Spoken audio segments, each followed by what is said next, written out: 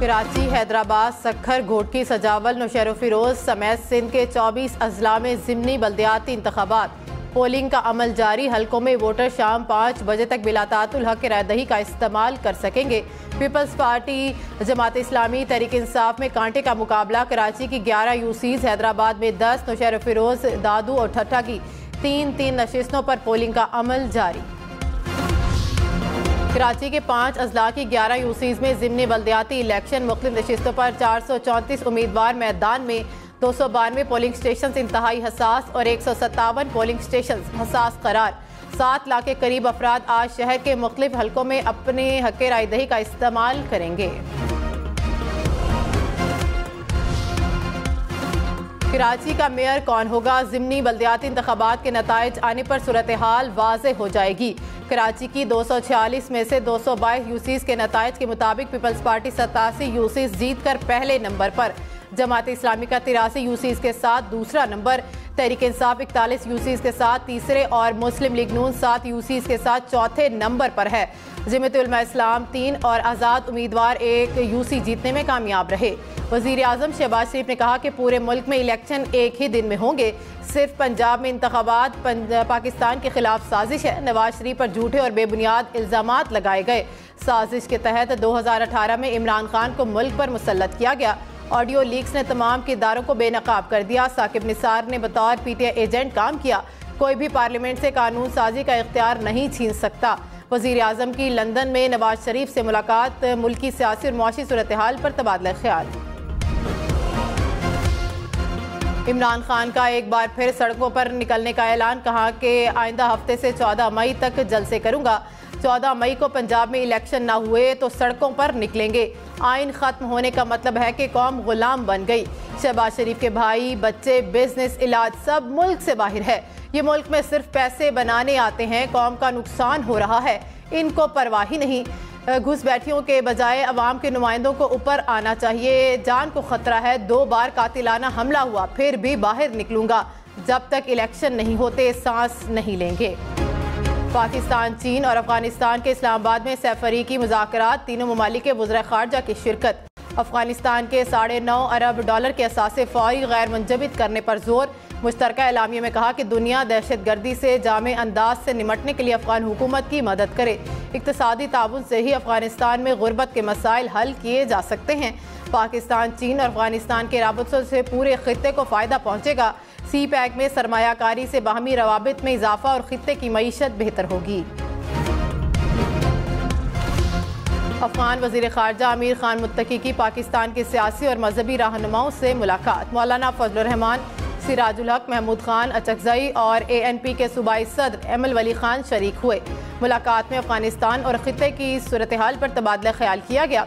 अफगान वज़ारत ख़ारजा के मुताबिक पाकिस्तान और अफगानिस्तान के दरमियान आज मुज़ाकरात होंगे। अमेरिकी रियासत टेक्सास के शॉपिंग मॉल में फायरिंग, हमला और समेत 9 अफराद हलाक हो गए। मरने वालों में 5 साला बच्चा भी शामिल। फायरिंग से 7 अफराद जख्मी भी हुए।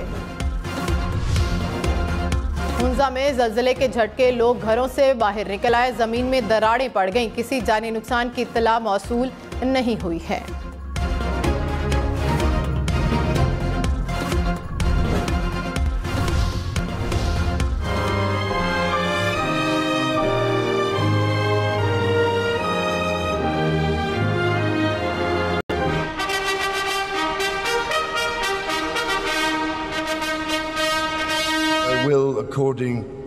जब ने शाह चार्ल्स स्वयं से हलफ लिया। I, Charles, the Protestant succession to the throne.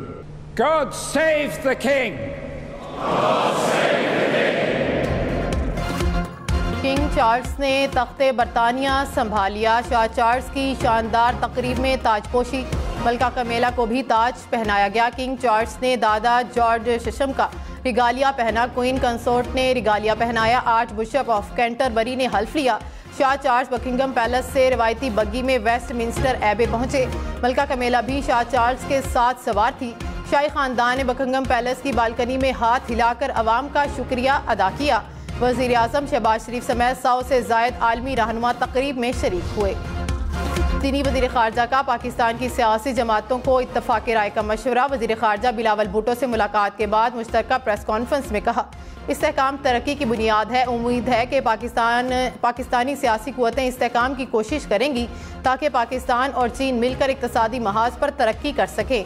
Pakistan का इक़्तिसादी दबाव कम करने के लिए मदद करेंगे। चीनी इक़्तिसादी ताउन पाकिस्तानी अवाम के मयार ज़िंदगी को बेहतर बनाने में मदद करेगा। इल्ज़ाम लगाया जाता है कि पाकिस्तान को कर्ज के जाल में फंसाया। इल्ज़ाम लगाने वालों से पूछा जाए कि उन्होंने पाकिस्तान के लिए क्या किया।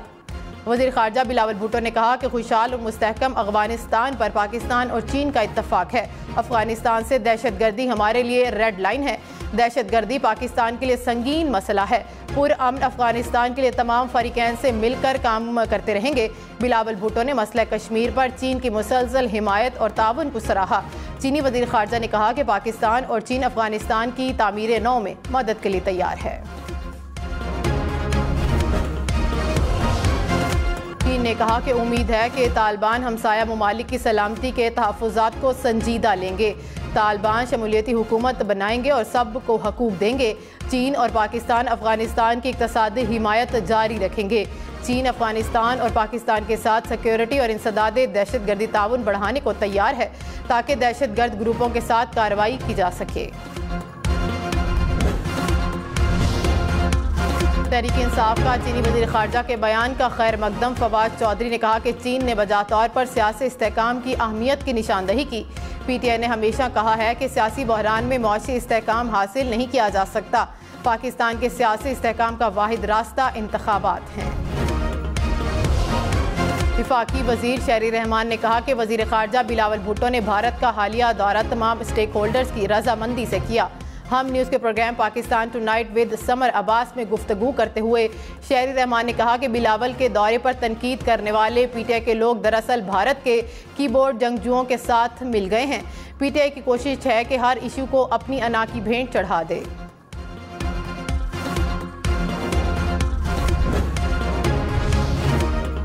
तहरीक इंसाफ की भारतीय वज़ीर ख़ारजा के बयान की मज़म्मत। इमरान खान ने कहा कि भारतीय वज़ीर ख़ारजा को मेज़बानी के आदाब ही नहीं हैं।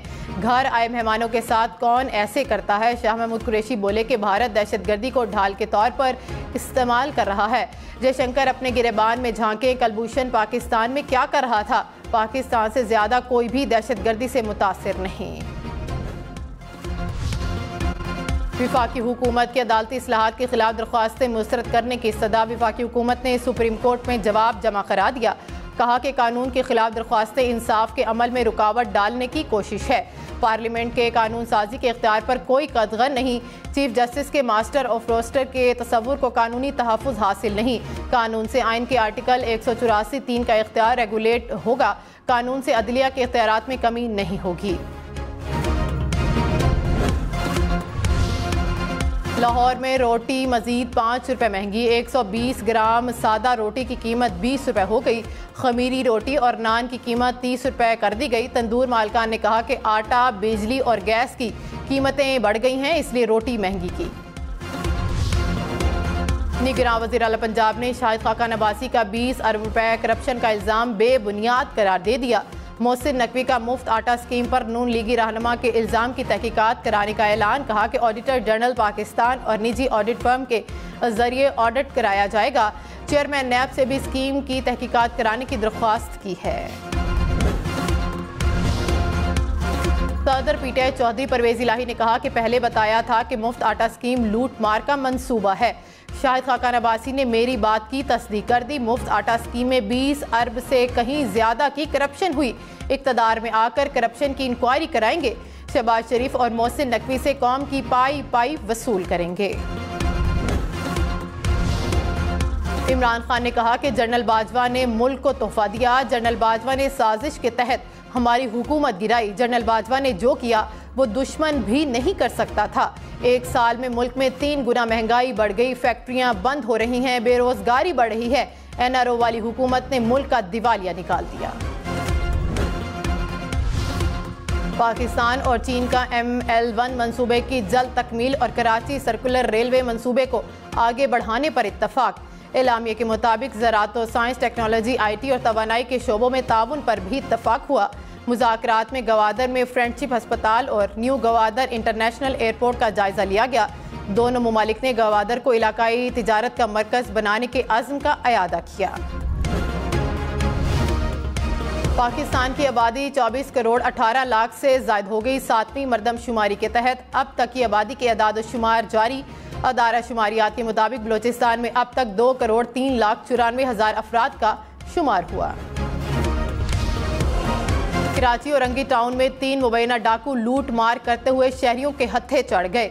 शहरियों ने 2 डाकुओं को तशद्दुद करके हलाक और 1 को जख्मी कर दिया। डाकुओं से असलहा और 2 मोटरसाइकिलें बरामद। पुलिस का कहना है कि डाकुओं ने गुज़श्ता रोज़ दौरान डकैती एक शख्स को कत्ल किया और आज एक शख्स से मोटरसाइकिल छीनी। लाहौर के इलाके शाहदरा में मुबैना पुलिस मुकाबला, 2 इश्तिहारी डाकू हलाक। पुलिस के मुताबिक हलाक डाकू डकैती और बत्ताखोरी समेत दीगर मुकदमात में मतलूब थे। कराची में मुबैना पुलिस मुकाबले में 1 मुलजिम हलाक, दूसरा जख्मी हो गया। पुलिस के मुताबिक मुलजिम डिफेंस में वारदात कर रहे थे। पुलिस एहलकार पहुंचे तो मुकाबला हुआ। फायरिंग के तबादले में 1 मुलजिम हलाक हो गया।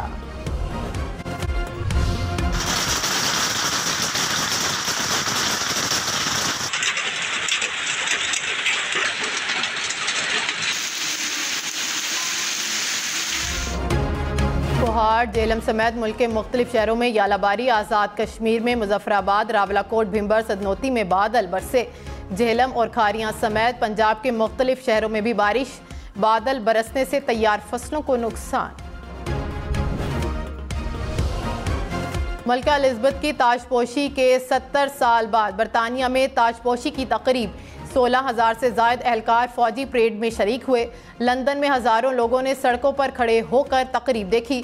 दुनिया भर में करोड़ों अफराद ने टीवी स्क्रीन्स पर बराह रास्त तकरीब देखी। लंदन में 11,000 से ज़ायद पुलिस एहलकार तैनात रहे। बरतानवी बादशाह चार्ल्स को 22 कैरेट सोने से बना सेंट एडवर्ड ताज पहनाया गया। ताज में नीलम, याकूत और बुखराज समेत 444 जवाहरात का इस्तेमाल किया गया। 360 बरस पुराने ताज का वजन 2 किलोग्राम से ज्यादा। गैर मुल्की मीडिया के मुताबिक ताजपोशी की तकरीब पर 35 अरब रुपए से जायद खर्च आया।